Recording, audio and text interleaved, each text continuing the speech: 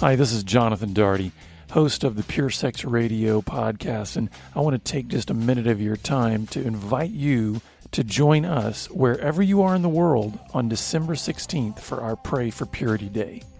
You know, the world is being overrun with pornography and other sexualized messages that are just ripping apart the fabric of healthy relationships and families. And while we believe that this problem is showing no signs of reversing, there is still hope for living a life of sexual integrity. And this hope is found in one person who's accessible to anyone who calls on his name, and his name is Jesus Christ. And we believe he's still in the business of bringing the dead back to life. So we want you to join us on December 16th to pray for purity in your home, to pray for purity in your community, in your church, in your family. You can sign up for a time slot on December 16th and lock arms with us in prayer. So simply visit prayforpurity.com. That's prayforpurity.com and sign up for a time slot and join us in prayer.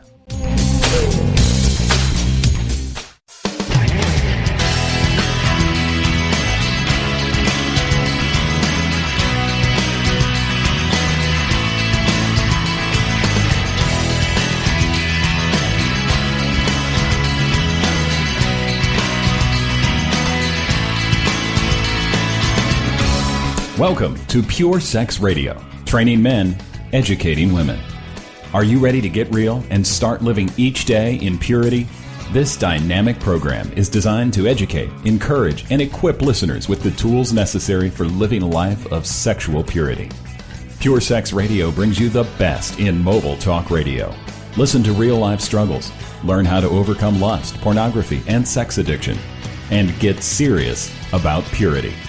Your hosts for Pure Sex Radio are Jonathan Daugherty and Stephen Cervantes. Jonathan is the director of Be Broken Ministries and founder of the Gateway to Freedom Workshop for Men. Stephen is the founder of the Hope Counseling Center. Visit us online at puresexradio.com. And now, please welcome Jonathan and Stephen on Pure Sex Radio. Good day, radio listeners. Welcome to this episode of the Pure Sex Radio broadcast. My name is Jonathan Daugherty. I'm here with Stephen Cervantes. Stephen, how's it going? Well, thank you. Even though this is the fourth podcast in a row and I'm a little droopy. Oh, wait, what are you talking about? You don't our listeners know that we do these each week? Sorry. Each week, fresh. That's right. Don't tell them some days we do four in a row, and by the last one we're droopy. Don't say right. That. Okay. No, we're going to have a good time on this one. But before we dive into that, as we approach the end of this year, I just want to let you listeners know that we are coming to the end of the year. Actually, we had so many opportunities opened up to us this year and so many more ministry services to offer to so many more people that it actually has put a tremendous strain on our budget. And so we are asking for you to prayerfully consider how you might be able to come alongside us in a year-end gift and maybe be able to make a donation to our ministry. We could really use your help to be able to finish out 2016 strong and be able to really start 2017 able to meet the growing needs of the people who are contacting us. So to partner with us and to make your year-end gift, simply go to puresexradio.com and click on the donate link. And we are so grateful for your partnership with us.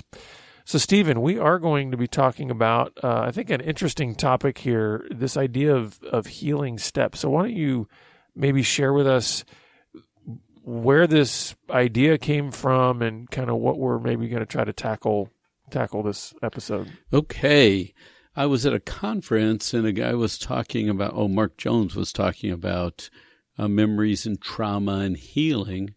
And he had this little outline. I've sort of modified it a little bit, but I'm just going to read it and then we'll go through and talk. Okay, so Step one is just starting with the act of forgiveness. And we're going to break that down in a minute. Then 2, you start this journey of healing. 3, you decide you're going to try and trust again. Then 4, you keep on the healing journey. And then 5, you build more trust into the relationship that's broken. And I guess really we should have framed it that way.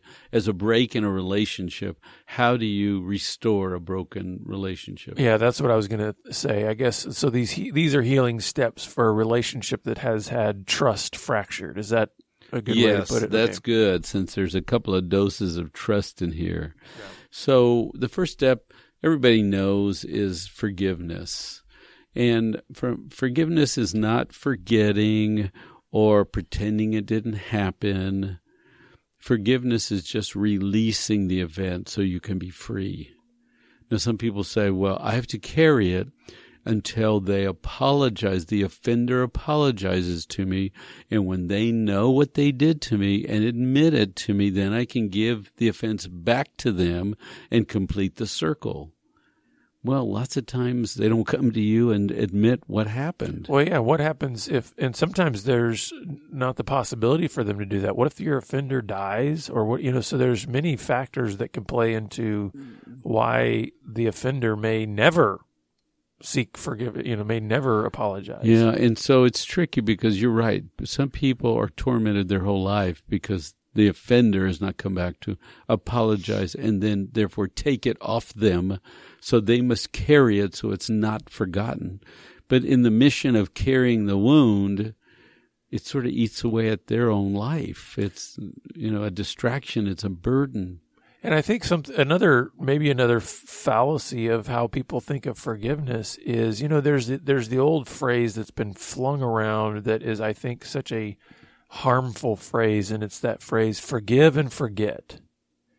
And forgiveness is not about forgetting. No, it's not. I mean, you especially depending on some of the severity of the abuses that you may have suffered, don't expect to forget.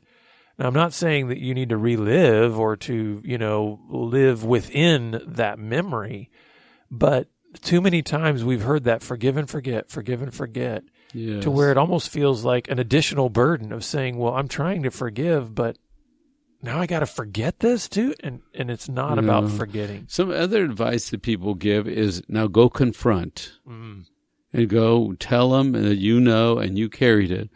And, sometimes that can go well, but sometimes it can go bad.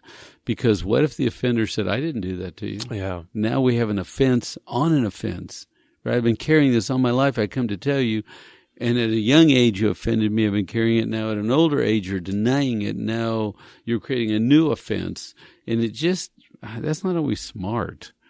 The whole idea of go get in their face and bring them to their knees to admit. It's like, I don't have the solution to every offense. Now, I think there's two routes that we have to maybe help people understand where we might be going with this in terms of this first issue of forgiveness.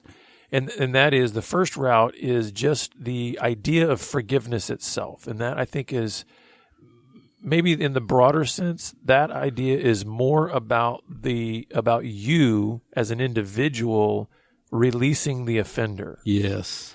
The other route might be the one that starts to take us down this road of these steps of actually rebuilding trust in a relationship. So I want to make sure there's a distinction there that says what we're really going to be talking about here in this particular episode is the route that starts to take you through the process of rebuilding trust and kind of reconciling and restoration in that relationship.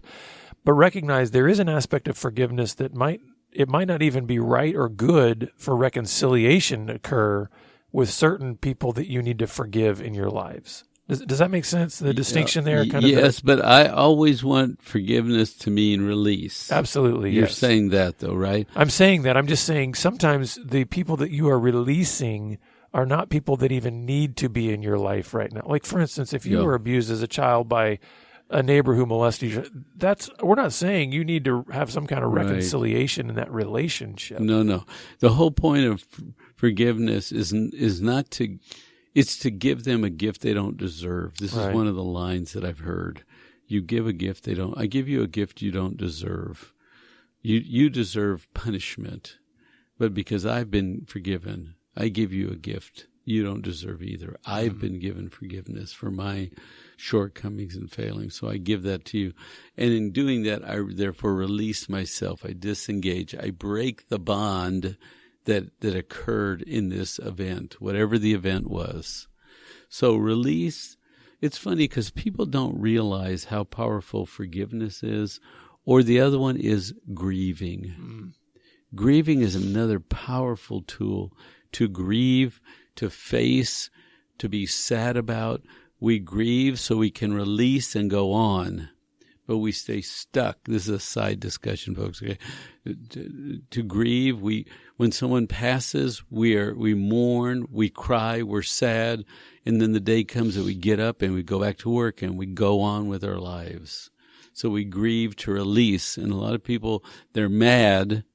They never grieve it, therefore they don't release it, and they're just stuck in the mad state, you know? And that seems to you're right in the sense that grief dovetails very much into this process of forgiveness, because wouldn't you say that when you have to forgive, when you need to go through this process of forgiveness, if somebody has inflicted an offense against you, in a way, part of that grief is acknowledging the pain, and that in some ways, depending on what type of a betrayal it was or what type of a wound it was, there are some things that have died relationally. Like, for instance, if you had in a marriage, let's say, for instance, and you get married, and then a husband or a wife sexually betrays that spouse by being unfaithful, whether it's through pornography or some other kind of sexual act, that process of that grieving or that offended spouse, that betrayed spouse, has to realize that there has been this pain that's been inflicted upon me, and the things that I thought before in terms of the dreams of our relationship and what I thought our relationship was based on, that there's a huge part of that has suffered a death of sorts. And you have to grieve it out. You have to grieve that. That's right. In order to forgive. And so they're very closely linked together. So you grieve to release, right? So you forgive to release. Those are two great tools whenever an offense occurs. And so we're just talking about forgiveness, and what some of the aspects of forgiveness are is to note the offense and to note the pain that it caused, and to give that pain back to the offender and say, this pain was never for me, so I release the pain back to you that I've been carrying. And then it's confused me, and I've gotten lost on the way, and I've picked up stuff from this event that I don't want anymore. So I'm jettisoning that also. And this is part of my forgiveness. And then you were told to love our enemies, and so we love and bless those that persecute us, and release them just as we are also not judged. We are forgiven and released. Now, I know that I said earlier that we've kind of got these two paths. Maybe one is just, learning to forgive, to release, and it might not necessarily have anything to do with reconciling the relationship. And then this other one that is the same kind of thing. You forgive to release, but there might be hope of reconciliation. I guess it should also be made clear that the issue of forgiveness is not about choosing one of these paths or not. Would you say that forgiveness is all about release anyway, no matter whether the relationship will be restored or not? That's absolutely right. It's for our own healing, so we can go back to what we were always designed to be. Because I don't want anybody out there to think that says, okay, so I don't have to go through this process, or the only way I can go through this process if this other person is agreeable. So it really is about the offended individual, right? And I have all the power, right, to release it. It's about the one carrying there's the offended and the offender, right? And I want my power back. So if I release the wound left, and I release the pain, and I release it, then I can go back to freedom. Is that where you're going? Yeah, because I think there's some people that feel like the reason that I'm going to forgive is for the hope of reconciliation, or the reason I'm not going to forgive is because I want to punish this other person and get them out of my life. Yes. And what I'm saying is, when you understand that, really, it sounds kind of weird, but the real maybe emphasis of the forgiveness is on the person forgiving, because it really, it's almost like the person that's being offered the forgiveness is sort of the secondary beneficiary of you going through the process of forgiving. That's right. You're the one that has the primary release. You're the one that is getting the primary freedom. And it really is irrelevant how that person responds to your forgiveness. I think of it this way. Jesus, when he hung on the cross, what did he say as he looked down? He said, Father, forgive them. They don't know what they're doing. Mm-hmm. He did not wait for those Roman guards to drop to their knees and go, oh my goodness, I'm finally realizing that my life is out of control. He looked at the entire mass of people and said, Father, forgive them. Mm-hmm. Release them. They don't know what they're doing. So it didn't matter in that moment how they responded, in the sense that the heart of the Father was to say, listen, there is forgiveness here. Now, I don't want to get I'm going to get all kinds of calls from people who are theologians and everything. I don't want to go down that track right now, and I could explain some of that other things. But you know what I'm saying? The idea is here that to forgive someone is not something that is based on their answer. Right. It has nothing to do with them. Yeah. They can receive it, half they can receive it, reject it. not receive it. They can get mad. They can be happy. The whole point is, I want back what I was supposed to have, right? And we forgive, and we forfeit our right to be the judge and the prosecutor, right, and the enforcer. And we say, Father, we release, and you do your will. You exercise your perfect will on this person, because I'm not going to stand in judgment. I want back my freedom, my innocence, my peace. I want back the calm I had before the storm. That's why I release. Mm-hmm. So that's number one. Number two is to begin the healing process. When you're wounded, when we're shocked, I'll use your example, an affair occurs. I mean, there's such disorientation that occurs from, like, I thought you were this, but you're that. Mm-hmm. You told me you had this under control, and now it's out of control. I thought this was taken care of, and it's not, and I believed it's so disoriented. Some of these wives are going, who are you? And what foundation do I stand on? Because I gave you my trust and felt safe with you, and now all this foundation is shattered. Mm-hmm. Mm-hmm. So why you look at me like I didn't just say something very profound? You should make a comment. Well, that's just it. I've been blown away by your profundity. Okay, good. So the first after forgiveness is confusion, and sorting through the confusion and being disoriented and slowing the whole process down. Right, so we don't overreact because we get offended, and then we go thrash around, become the offenders. Right, somebody, shook our core, and so from the pain, we want to tear them and destroy them and thrash. It's like we look crazy after a crazy event occurred. Yeah, it's that confusing. And this is where I always try to be careful and gentle when I say this, because I don't want to diminish the weight of that load being dumped on someone. Yes. And so, because, in some ways it might sound to a listener out there, let's say a wife, for instance, who has discovered her husband's had an affair. And it may feel like we're saying, okay, now you really need to be the strong one here and respond well. Don't add chaos to chaos. Don't add, don't add crazy on crazy. Be nice. And there's a part of this that, okay, yeah, some of that is true, and maybe that's even some good advice.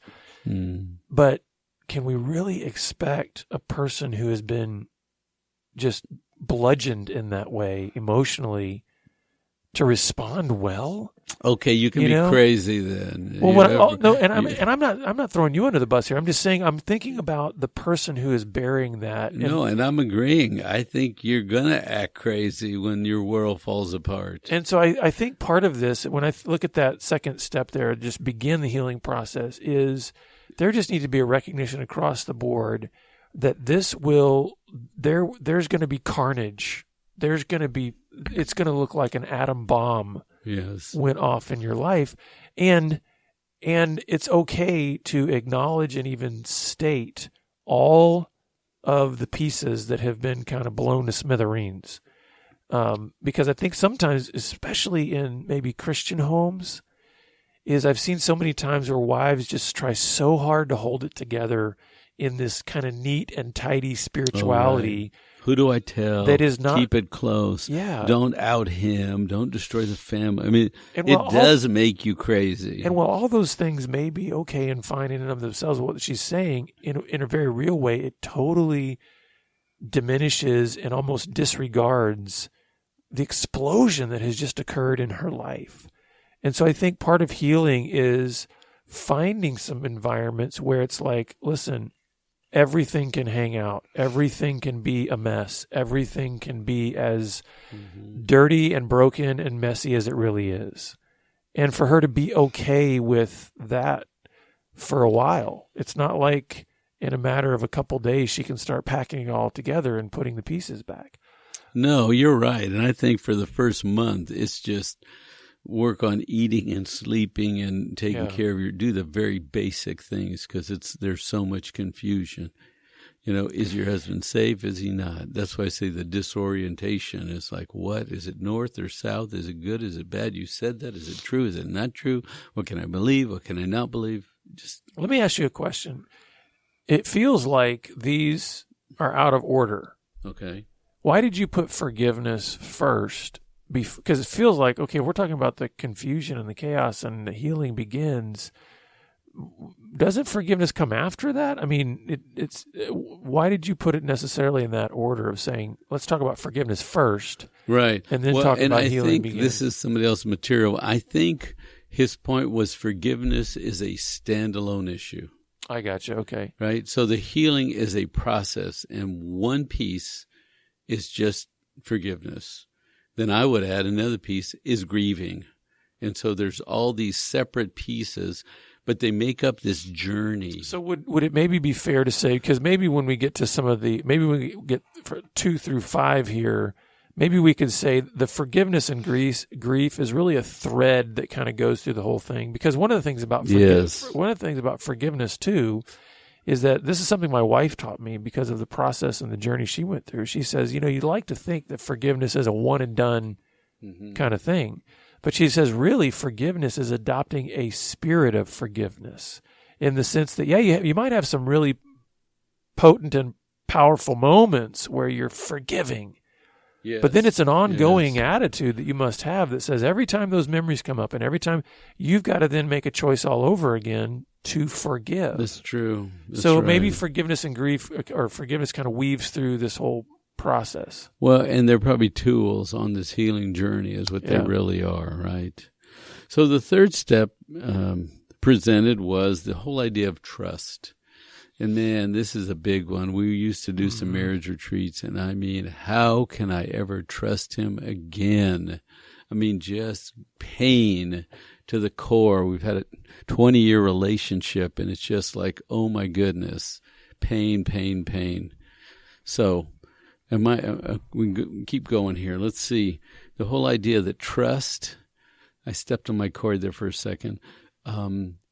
It will shatter the foundation, and this disorienting feeling, shock, numb, confusion. It's this whole trust idea. I don't think I understand trust. I'm trying to understand trust. Mm-hmm. And it seems to be like a foundational principle of intimacy, a piece of intimacy that's critical. It's not all of intimacy; it's trust, and so there's like it's a safety piece, because when it's broken, the whole system spins crazy. It's like, what do you mean? Your word has to be your word. I have to count on you. When you say something, you have to do it. Mm-hmm. Because when I say I can't trust you, it means I can't. It is such a detail of life that's so much chaos in my life. This trust thing that I can't trust you means pressure on me, reorienting me, filling in. I can't trust you to do what you said you're going to do, to be where you're going to be. I can't trust.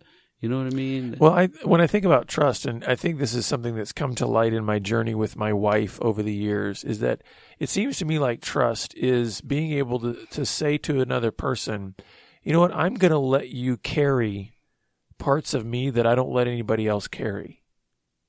And when we drop those parts, it's like trust is broken. Well, no, keep painting the picture. What do carry parts of me? What does that mean? Meaning, I'm going to give you knowledge of me, and I'm going to give you parts of me and my spirit and my emotions and my thoughts that I want you to carry and only you to carry. I'm not going to let other people carry this part of me. I'm going to entrust you with that knowledge. Okay, what about sexual stuff? Because if I hide it and then it blows up later, were you carrying it? Were you not carrying that part? Keep painting this picture you're painting. Well, here's where that trust would be broken. So a wife is assuming that what she's done is you are carrying her and her alone as the body and the soul and the spirit that you're going to connect with. So then when you essentially say, oh, by the way, I'm kind of looking at porn and I'm doing this, you have essentially dropped her. You have not handled her well in that regard of what she has entrusted to you. She's given you her body. She has given you her heart. And essentially what you're saying is, well, you know, that really wasn't enough for me. So I kind of needed to add these other things on here. And so it's like you've mangled and misused and taken what she's given to you and said, that's not enough. And so I'm going to dishonor that. And so to me, that's how I kind of envision trust is it's more of it's being entrusted with those parts of another person that is saying, this is not something I just hand out to anybody. I'm not handing my body over to anybody. I'm not handing my deepest thoughts and my deepest emotions over to anyone. So keep going with that. So how do you, given that interpretation, how do you rebuild trust? Well, let's take, for example, I gave you my body and you threw it aside and said no. So part of it is then you have to bring everything into the light again, and you have to say, can we pick these pieces up again? Now that's very much up to the person that has been betrayed, right? Mm-hmm. Because this person that betrayed, the husband, let's say, has to begin to exhibit trustworthiness. So that's why trust takes so long to rebuild, is because now what's that wife going to do? I'm pulling everything back. I'm taking all of this back. No. Now listen, there are things that I can't take back, but you know what? I'm still going to pull everything that I possibly can back from you. Because you're not safe. You've wounded me. You have taken those very precious things and you have spit on them and you've put them through the mud and you've dropped them and you haven't handled them with care. And so it was going to be a while for me to go through this process of healing and you exhibiting trustworthiness. And bringing myself back in, that maybe little by little, piece by piece, I may be able to give you some more of me in the future. So, and while you're talking, I'm thinking, what is trust? Trust is predictability, consistent predictability. You know, I can trust the bus because it always comes at 5:20, right? I can trust that the church building is going to be open on Sunday morning. I can trust my car. It starts every time until it doesn't start. But, you know, there's predictability. Well, I think you can trust this car. I don't know if you could trust your last car. Sorry, I didn't mean to interrupt you. Consistency, safety, transparency, openness, you know? Yeah. In my mind, there's something around those qualities that you give me, because we're talking about trust on two levels. You're talking on an emotional investment level, and I'm just talking about the dynamics or the dimensions of trust. Yeah. Right? Yeah. When you say you have a job, I'm trusting you're going to work, and you're not going to gamble all day and come home at the end of the day. Yeah. You know, there's a predictability, there's an honesty, there's openness, and that's what's shattered. I mean, like 10 dimensions are shattered when you cheat. And so what you're saying here then in these steps is you've got to begin that process of trust, and then you've got to continue healing, right? So you've got to go back into the healing. So it sounds like some of this is this weaving in and out between, hey, there's some individual work that I've got to do in terms of this healing. Yes. And then there's this relational work that I've got to do. And I kind of have to keep weaving back and forth in between those two. Yes, that's perfect. On this healing journey, I have to grieve. I have to forgive. I have to let trust build one brick at a time to lay a foundation. And you better prove trustworthy, because then I can do what you said, give myself to you once you've reconstructed. And now on a new plane, now we know that you have a new problem. You can't control yourself. Now we have to start building there. Mm-hmm. So if you would like some help just in terms of your relationship and going through this process of maybe healing and rebuilding trust, please contact us. We'd love to help you on this journey. And we look forward to having you back here again next week on the Pure Sex Radio broadcast. Pure Sex Radio is paid for by Be Broken Ministries. Visit us online at puresexradio.com.